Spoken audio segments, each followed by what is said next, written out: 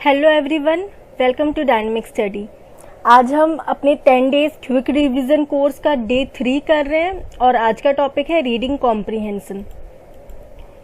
तो reading comprehension के questions को आखिर सॉल्व कैसे करना है, इसके लिए प्रैक्टिस कैसे करनी है, आज हम उन चीज़ों को डिस्कस करेंगे और कुछ शॉर्ट ट्रिक्स देखेंगे कि रीडिंग कॉम्प्रिहेंशन को आप कैसे ईजिली और एक्यूरेटली सॉल्व कर सकते हो। रीडिंग कॉम्प्रिहेंशन एक्चुअली में आपके जो पूरे भी नेट का पेपर 1 का सिलेबस है, इसमें सबसे इजी टॉपिक्स में से ही आता है, क्योंकि ये बहुत सिंपल कॉम्प्रिहेंशन आते हैं, बहुत डिफिकल्ट टॉपिक्स इसमें नहीं आते और इसको सॉल्व करना बहुत इजी होता है। बस इसमें एक प्रॉब्लम होती है कि ये बहुत टाइम टेकिंग होता है। अगर आपकी अच्छे से प्रैक्टिस नहीं है तो आप पैसेज को 2-3 बार पढ़ने में टाइम बहुत वेस्ट करते हो और इसमें टाइम बहुत ज़्यादा वेस्ट हो जाता है। लेकिन अगर आप सही से प्रैक्टिस करोगे और जो मैं आपको ट्रिक्स बता रही हूँ उसको फॉलो करोगे तो रीडिंग कॉम्प्रिहेंशन को सॉल्व करना आपके लिए बहुत इजी हो जाएगा। तो सबसे पहले बात आती है प्रैक्टिस की। तो क्या प्रैक्टिस चाहिए? आपको इतनी प्रैक्टिस हो जानी चाहिए कि आप 5 to 6 मिनट्स में एक कॉम्प्रिहेंशन आपको सॉल्व कर लेना है। मतलब अगर 5 क्वेश्चंस दिए हैं एक कॉम्प्रिहेंशन में तो एक क्वेश्चन के लिए आपको 1 मिनट से ज़्यादा बिल्कुल भी नहीं देना है। आपको उतनी प्रैक्टिस डेवलप करनी है। ये प्रैक्टिस आप कैसे डेवलप करोगे? आपको रीडिंग स्किल्स डेवलप करनी होगी। रीडिंग स्किल्स डेवलप करने के लिए आप न्यूज़पेपर पढ़ सकते हो, कोई भी आर्टिकल्स जो भी आपको पसंद है, किसी भी फील्ड से हो वो, आपको मूवीज़ पसंद है, स्पोर्ट्स पसंद है, आपको कार्टून्स पसंद है, कोई भी चीज़, आपको कोई मैगजीन पसंद है या फिर आपको नॉवेल्स पढ़ना पसंद है, आप कुछ भी पढ़िए।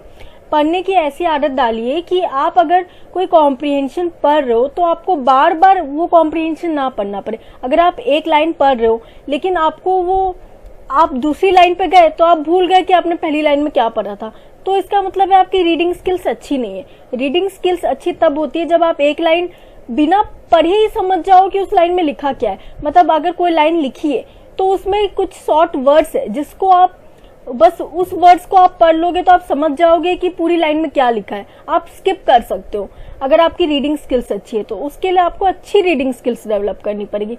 इसके बाद फिर आप बुक्स फ्रॉम डिफरेंट डोमेन्स पढ़ सकते हो, क्योंकि ये जो कॉम्प्रिहेंशन आता है ये बहुत सारे फील्ड से आता है। ये एनवायरमेंटल साइंस से आ सकता है, ज्योग्राफी से, हिस्ट्री से, किसी भी फील्ड से आ सकता है। तो आप जितनी आपकी नॉलेज अच्छी होगी हर फील्ड में, आपको उतना आप मतलब इजीली क्वेश्चंस को सॉल्व कर सकते हो, क्योंकि आपकी प्री नॉलेज अच्छी होगी। इसके लिए आपको एक आरसी डेली प्रैक्टिस करना ही करना है। एक आरसी रोज करने के लिए आपको ज़्यादा से ज़्यादा 10 से 15 मिनट लगेंगे। आप एक आरसी डेली सॉल्व कीजिए। इसके लिए आपको फिर डेवलप गुड वोकैबुलरी, मतलब अगर आपकी वोकैबुलरी अच्छी होगी, मतलब आप मीनिंग्स अच्छे से समझ सकते हो, किसी भी कोई भी अगर वर्ड लिखा है उसकी आपकी मीनिंग आप समझ सकते हो, तो आपके लिए बहुत इजी हो जाता है क्वेश्चन को समझना। तो इसलिए आप अपनी मीनिंग बहुत सारे आप डिक्शनरी के वर्ड्स पढ़ सकते हो। आप अलग अलग टाइप के आपने कोई नए वर्ड्स देखे तो आप उसकी मीनिंग जानने की कोशिश कर सकते हो। तो ये बात थी प्रैक्टिस की। अब बात आती है ट्रिक्स की कि आप कैसे आरसी को ईजिली सॉल्व कर सकते हो। तो सबसे पहले तो ये बहुत बड़ा डाउट है कि हमें पहले क्वेश्चंस करना चाहिए कि हमें पहले पैसेज पढ़ना चाहिए।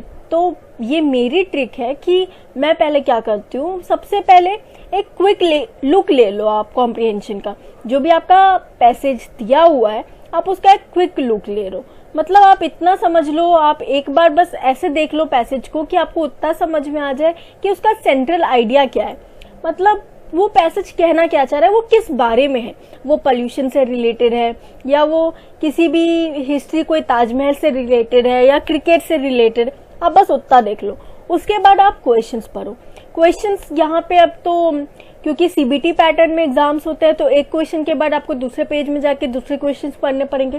तो आप ऐसा कर सकते हो कि आप एक क्वेश्चन पढ़ो, उसके बाद उसका जो मेमोराइज कर लो मेन पॉइंट्स, मतलब जो भी उसके जो मेन पॉइंट्स है, कोई भी कीवर्ड्स है उस क्वेश्चन में कि वो क्वेश्चन किस बारे में है, आप उसको मेमोराइज कर लो।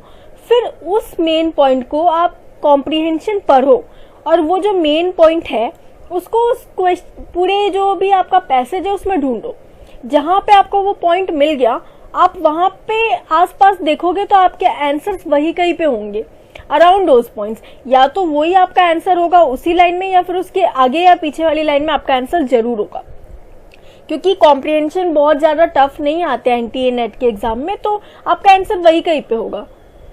और जो ज़्यादा टफर क्वेश्चन है, जैसे एक क्वेश्चन आप एक्सपेक्ट कर सकते हो कि उसमें सेंट्रल आइडिया पूछ लिया, टाइटल पूछ लिया, थीम पूछ लिया, वैसे ऐसा ज़्यादातर तो नहीं आता है, लेकिन फिर भी अगर ऐसा कुछ है तो अगर आप पूरे ये 4-5 क्वेश्चन पहले के सॉल्व कर लोगे तो उसके लिए आपने पैसेज लगभग पढ़ लिया है, तो आपके लिए बहुत ईजी हो जाएगा। आप उसका सेंट्रल आइडिया जान जाओगे, उस पैसेज का क्या है, आप उसका टाइटल भी डिफाइन कर सकते हो, तो ये वाला क्वेश्चन भी आप इजीली सॉल्व कर जाओगे।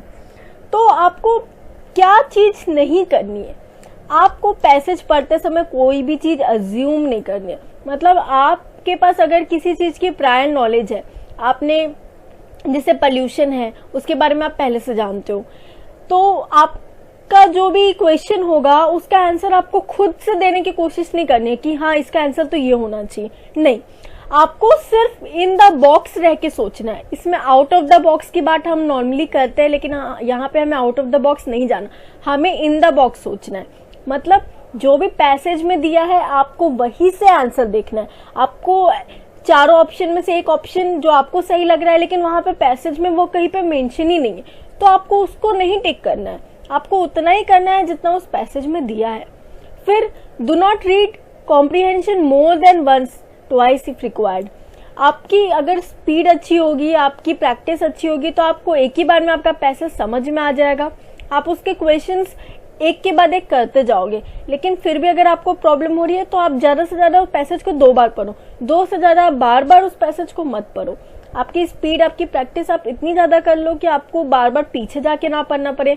आपको पैसेज को, कुछ लोग ऐसे करते हैं कि पहले एक बार सेंट्रल आइडिया लेने के लिए पैसेज पढ़ते हैं, फिर क्वेश्चंस पढ़ते हैं, फिर एक बार ऐसे मतलब थोड़ा अच्छे से पैसेज पढ़ते हैं, फिर तीसरी बार में वो क्वेश्चन सॉल्व करते हैं। तो आपको ऐसा नहीं करना है, आपको एक बार में ही पैसेज का आंसर फाइंड करने की कोशिश करनी है। अगर नहीं हुआ तो दूसरी बार में जाना है, क्योंकि इसमें आपका टाइम आपको नहीं वेस्ट करना है।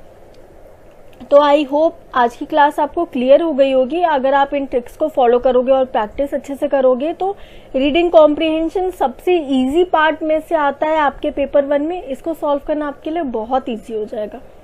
So keep on watching, keep on learning. Thank you so much.